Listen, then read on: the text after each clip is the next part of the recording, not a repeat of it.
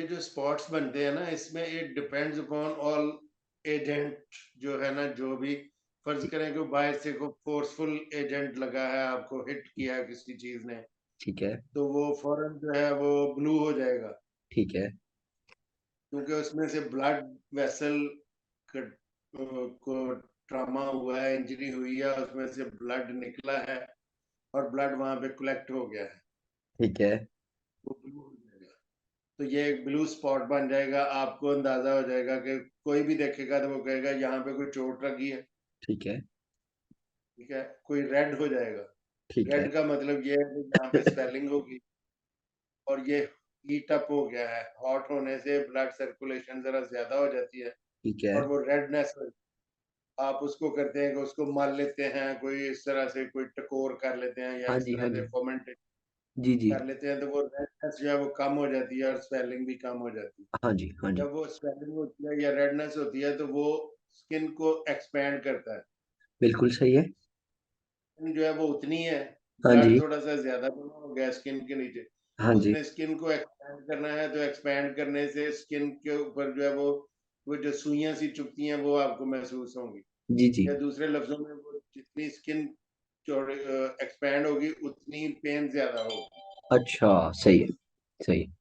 तो थोड़ा बहुत मल के उस ब्लड को साइडों में भेज देते हाँ, हैं तो इधर-उधर उससे किया पेन जाता है। जरा। सही है, सही है। दूसरा तरीका ये है कि उस ब्लड के ऊपर जो है वो टकोर करें या पट्टी करें या बर्फ की टकोर करें, सही है। तो वो उससे जो है वो ब्लड वापस चला जाएगा अपनी जगह ठीक पे है, और ठीक है। जो स्वेलिंग कम हो जाएगी तो वो आपका हो जाएगा। इस ठीक। तरह से कुछ चीजें ग्रीन हो जाती हैं। हाँ जी। ग्रीन का मतलब ये है कि इसके अंदर कोई फ्लूइड जमा हो गया है, ठीक है।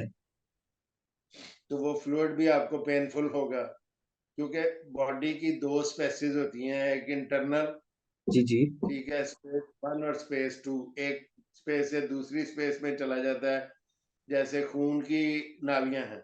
हाँ जी। अब खून एक आर्टरीज में या रगों में जाता है तो खून वहां से दूसरी रग में चला जाता है। जी, जी। ये तो उनके दो स्पेसेस। अब एक थर्ड स्पेस है। ठीक है। वो थर्ड स्पेस क्या है कि वो जो अब हमारा जो ब्लड वेसल अगर वो टूटा है, रप्चर हुआ है, तो उसमें से ब्लड निकला, अब ठीक वो है। ब्लड ना ब्लड वेसल के अंदर है तो बाहर है, लेकिन वो ब्लड वेसल उस ब्लड वेसल में वापस नहीं जा सकता। बिल्कुल सही है, बिल्कुल सही है। लाइक ये यूँ जैसे हम समझ लें जैसे जैसे कोई पंक्चर पंक्चर वाला हम फॉर एग्ज़ाम्पल मिसाल। पंक्चर वाला है, ठीक है। अब वो पंक्चर होगी कोई चीज तो उसमें से फ्लूइड या कोई ब्लड बाहर आ गया, जी, जी। अब ब्लड को वापस भेजने का कोई तरीका नहीं है उसमें, जी, जी, बिल्कुल ऐसे ही तो वो स्वेलिंग कर देगा।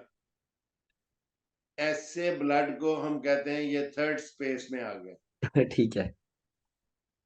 जैसे थर्ड पार्टी नहीं होती, हाँ जी, हाँ जी। तो थर्ड पार्टी वैलिडेशन या थर्ड पार्टी वैल्यूएशन, अब ये थर्ड पार्टी के पास चला गया या थर्ड स्पेस में चला गया, थर्ड अब ये स्पेस में। किसी का भी नहीं। ठीक है।